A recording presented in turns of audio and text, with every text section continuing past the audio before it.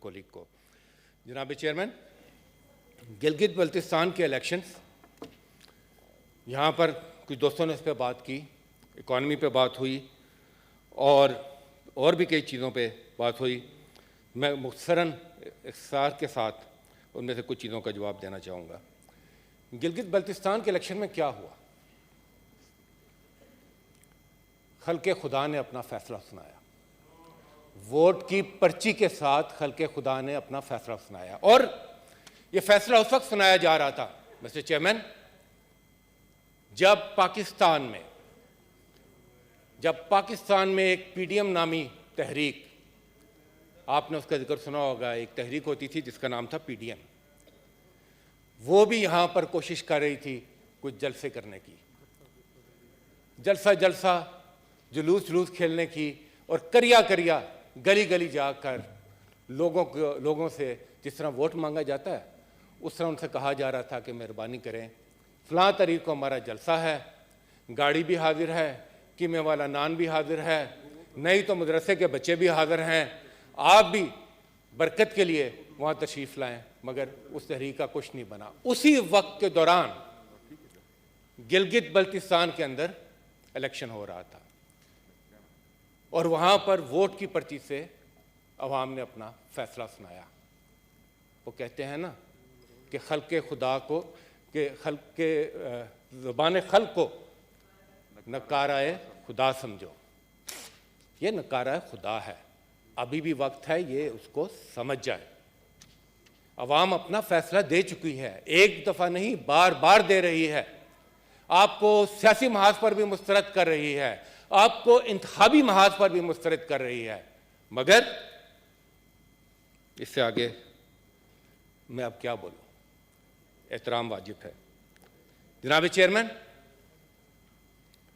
ان کا تو یہ خیال تھا کہ شاید ہمیں اتنی محنت کرنے کی ضرورت ہی نہ پڑے. آج میرے جس فاضل وزیر کے متعلق یہ کلمات ادا کر رہے تھے، انہوں نے بڑا درست الفاظ استعمال کیا اس دن بارودی سرنگوں کے. ان کا تو یہ خیال تھا کہ ہم تو جا رہے ہیں اور ہم جو کچھ کر کے جا رہے ہیں اس کے بعد تو یہاں پر شاید ہی کوئی حکومت ہو جو اس کو سنبھال سکے. جو اکانومی وہ دے کر گئے، کیا کریں کہ لوٹ جاتی ہے ادھر کو بھی نظر کیا کیجئے. یعنی قرضوں کے پہاڑ، ایک آئی سی یو میں سسکتی ہوئی معیشت، اور ایسی معیشت جس میں برآمدات نامی چیز کوئی نہیں، اور اپنے لیے دنیا بھر سے امپورٹس کا ایک بازار کھلا ہوا تھا. پانی بھی فرانس کا، اور اگر چیز ہے تو ڈنمارک کا، آلیوز ہیں تو سویڈن کے، بیریز ہیں تو یو ایس اے کی ایک ایسی اکانومی. اس لیے کہ وہ اپنے ایک اشرافیہ کے گرد ساری چیزیں گھوم رہی تھیں. اور ستم ظریفی کہ ابھی استباح حال معیشت کو تھوڑا سہارا دینے کی کوشش کی جا رہی تھی تو اوپر سے کورونا آ گیا، اور ایسے وقت میں آیا کہ دنیا کی بڑی بڑی معیشتیں اس کو ہلا کر رکھ دیا. اس نے دنیا کی تمام اکانومیز شرنک ہو رہی تھی. اتنے مشکل حالات کے اندر پاکستان کے پرائم منسٹر عمران خان نے اپنی اس اکنامک ٹیم کے ساتھ مل کر یہ بیڑا اٹھایا کہ وہ صحت کے محاذ پر بھی مقابلہ کریں گے، وہ معیشت کے محاذ پر بھی مقابلہ کریں گے. اور اس اعتماد کی وجہ کیا تھی؟ اس اعتماد کی وجوہات دو تھیں. ایک، اس ملک کا جو پوٹینشل ہے اس پر یقین کامل، اور دوسرا اپنے لوگوں پر اعتماد. تو کیا کیا انہوں نے؟ پالیسی ڈیسیژنز لیے. یہاں پر ریٹرک تو آپ سنتے رہتے ہیں، عجیب عجیب نام لوگ ہمارے دوست لیتے رہتے ہیں، کوئی بات نہیں. پالیسی ڈیسیژنز لیے، اور ان پالیسی ڈیسیژنز کے ساتھ ان دونوں محاذوں پر کامیابی حاصل کی. اور ان پالیسی ڈیسیژنز کی تعریف دنیا بھر نے کی. اگر صحت کے محاذ پر ہے تو WHO کا DG وہ بھی تعریف کر رہا ہے. امریکہ میں جو ان کے نامور اکانومسٹ ہیں وہ بھی تعریف کر رہے ہیں. دنیا مثالیں دے رہی ہے کہ اس طریقے سے اگر اس وبا کا مقابلہ کیا جاتا تو شاید ہم اس سے بہتر کر لیتے. دوسری طرف معیشت کے محاذ پر کیا کیا؟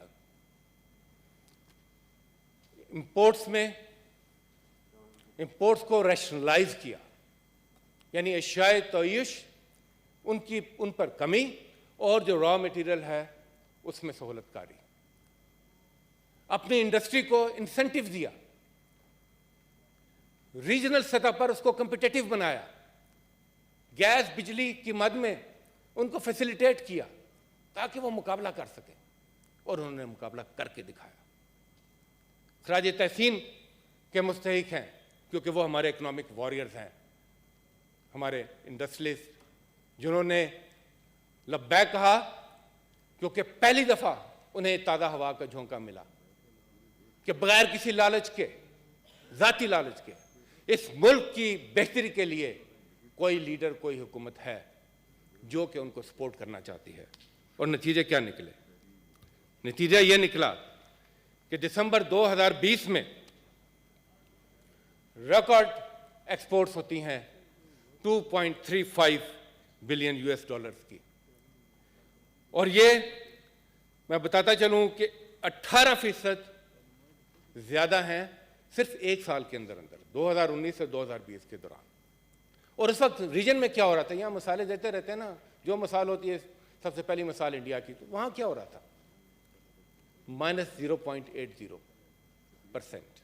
بنگلہ دیش میں -6.11%.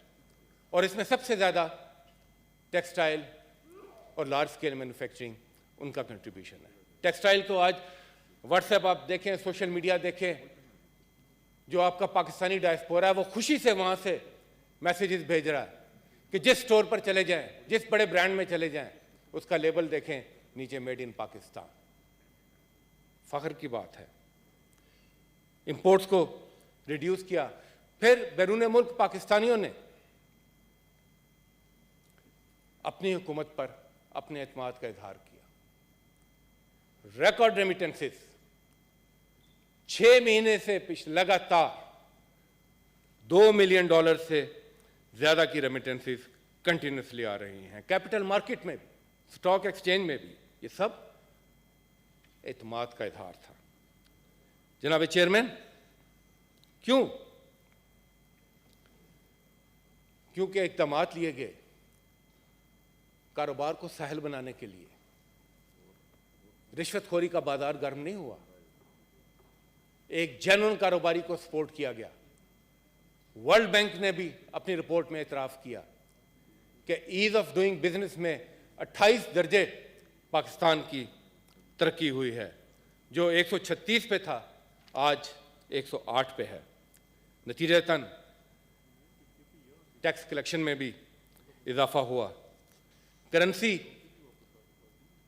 جس کو آرٹیفیشل طریقے سے انہوں نے اپنے دور میں زندہ رکھا ہوا تھا، اور وہ سمجھتے تھے کہ شاید یہی ایک انڈیکیٹر ہے اکانومی کا کہ ساری اکانومی کو تباہ کر کے اس کو کھڑا رکھو.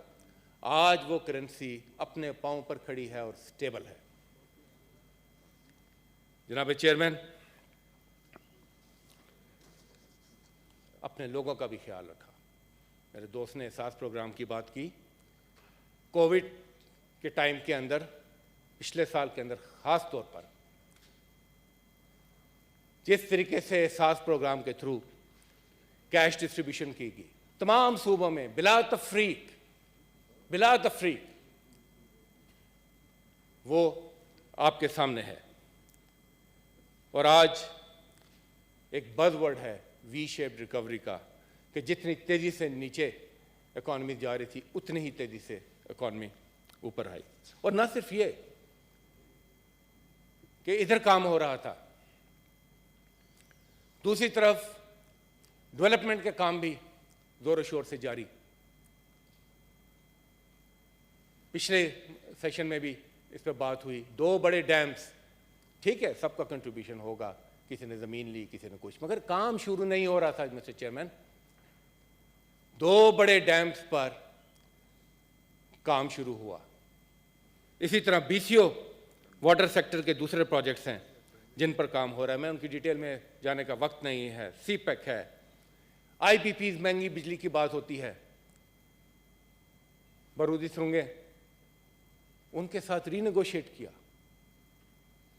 تاکہ اس سرکولر ڈیٹ کے معاملے کو کسی طرح سے کنٹرول کیا جا سکے. سوشل سیکٹر میں کام ہوا. یہاں پر اس دن ایک آنریبل کولیگ نے بات کی احساس پروگرام اور پناہ گاہوں کے حوالے سے عزت نفس کی, تو میں بصد احترام ان کی خدمت میں عرض کروں گا کہ عزت نفس اس وقت مجروح ہوتی ہے جب حکمران اس قوم کی دولت سے آرام سے اپنے محلات میں رہ رہے ہوتے ہیں اور قوم کے بچے سردی میں فٹ پاتھ پر سسک رہے ہوتے ہیں. تو جس کے دل میں احساس ہوتا ہے وہ ان کو فٹ پاتھ سے اٹھاتا ہے, اور ان کو ریاست کا مہمان بناتا ہے, ان کے ساتھ بیٹھ کے کھانا کھاتا ہے. اس سے عزت نفس مجروح نہیں ہوتی, بہتر ہوتی ہے. عزت نفس مجروح ہوتی ہے جب آپ ان کو ان کے حال میں وہاں پر چھوڑ دیتے ہیں. جناب چیئرمین, یہاں پر براڈ شیٹ کے حوالے سے بھی بات ہو رہی تھی اور بار بار NRO کا ذکر ہوا. مجھے خوشگوار حیرت ہوئی, اچھا بھی لگا کہ NRO کو اب انہوں نے شاید سمجھ لیا. یہاں پر تشریف فرمائے شہزاد اکبر صاحب, وہ اس پہ بات کریں گے, مگر مختصراً یہ براڈ شیٹ میں ہوا کیا چیز سامنے آئی. جناب چیئرمین, اس میں وہی چیز سامنے آئی جو پاناما کیس میں سپریم کورٹ نے کہی تھی. مافیا, سسیلین مافیا اور اس کا طریقہ واردات, یہ تھا براڈ شیٹ. یہ پاناما 2 ہے, اور وہ کیا ہے کہ پہلے اقتدار پہ آؤ, اقتدار میں آنے کے بعد مال بناؤ, منی لانڈرنگ کرو, اپنی ویلتھ کو سٹیش کرو دنیا میں, اس کے بعد آپ NRO لو. اس کے بعد جب آپ NRO لو, اس کے بعد لیڈر آف دا ہاؤس تو کوئی بات نہیں, لیڈر آف دا ہاؤس جب کھڑے ہو تو پلیز یہاں پر میری گزارش ہے کہ لیڈر آف دا ہاؤس بات کریں اور لیڈر آف دا اپوزیشن. جی پلیز. یہاں شہری رحمان صاحب نے جو بات کی, میں اس حوالے سے بات کر رہا ہوں. انہوں نے ویسے ویکسین کی بھی بات کی تھی, کاش کوئی حوصلے کی ویکسین بھی ہوتی تو میرے خیال میں یہاں پر کافی لوگوں کو افاقہ ہو جاتا اس کے ساتھ. جناب چیئرمین, دیکھیں مافیا اور منی لانڈرنگ کے ساتھ ایک دم آپ دیکھتے ہیں کہ ویو لینتھ چینج ہو جاتی ہے. وہ آپ کرکٹ میں دیکھتے ہیں نا, جب وہ تھرڈ امپائر وہ گیند قریب سے گزرتی ہے تو وہ پھر وہ لائن دکھاتے ہیں کہ وہ ٹچ ہوئی یا نہیں. تو یہاں پر جیسے منی لانڈرنگ آتا ہے تو ایک دم وہ لائن میں ارتعاش پیدا ہو جاتا ہے. اینی وے, جناب چیئرمین, مساوی کی جو انکشافات ہیں اس نے کیا باتیں کی, 3-4 باتیں کی اس میں, اور جو جج کی ججمنٹ ہے اس میں بھی جج کی ججمنٹ میں ایک بات تو طے ہوگی. انہوں نے کہا جی کہ اس ججمنٹ نے شاید ہمیں بری کر دیا, بالکل اسی طرح جس طرح مٹھائی بانٹی تھی پاناما کی ججمنٹ کے بعد. آہستہ آہستہ جب اس کا ڈیٹیلز آئیں گی تو ان کو پتہ چلے گا کہ وہ کیا کہہ رہا ہے. وہ یہ کہہ رہا ہے کہ ان کو پیسے دو, اس لیے کہ $100 ملین کا ایویڈنس تو یہ میرے سامنے پڑا ہوا ہے, 800 کا تو یہ ایسٹیمیٹ بھی میرے سامنے پڑا ہوا ہے, تو کم از کم منیمم جو 100 ملین ہے اس کے اوپر تو ان کو 20 ملین دو. اچھا, کہتے ہیں کیس ہار گئے. حقیقت یہ ہے کہ ملزمان جو ہے وہ تو یہاں حکومت میں تھے, ملزمان یہاں حکومت میں تھے اور وہ کیس کی پیروی کر رہے تھے, تو کیس تو ہارنا تھا. ان کے نزدیک کیا ہو گیا, قوم کے پیسے اگر لٹ گئے ان کے تو اپارٹمنٹس بچ گئے, ان کے تو بینک اکاؤنٹس بچ گئے. تو لہذا یہ بات عجیب طریقے سے. دوسری بات اس نے بڑی اچھی کی, اس نے بتایا مساوی نے کہ ہر بات کو گھماتے ہیں, یہ سپن کرنے کے ماسٹرز ہیں.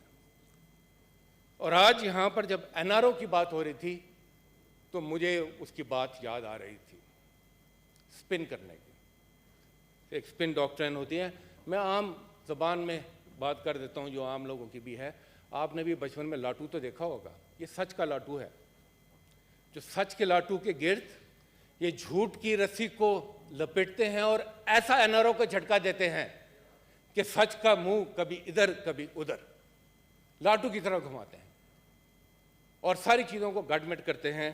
اس لیے ضروری ہوتا ہے کہ بار بار ان کو یاد کرایا جائے اور ریکارڈ کو درست کرنے کی کوشش کی جائے. جناب چیئرمین, میں آخر میں صرف یہ کہنا چاہتا ہوں کہ پاکستان کے عوام نے اپنا فیصلہ دے دیا ہے.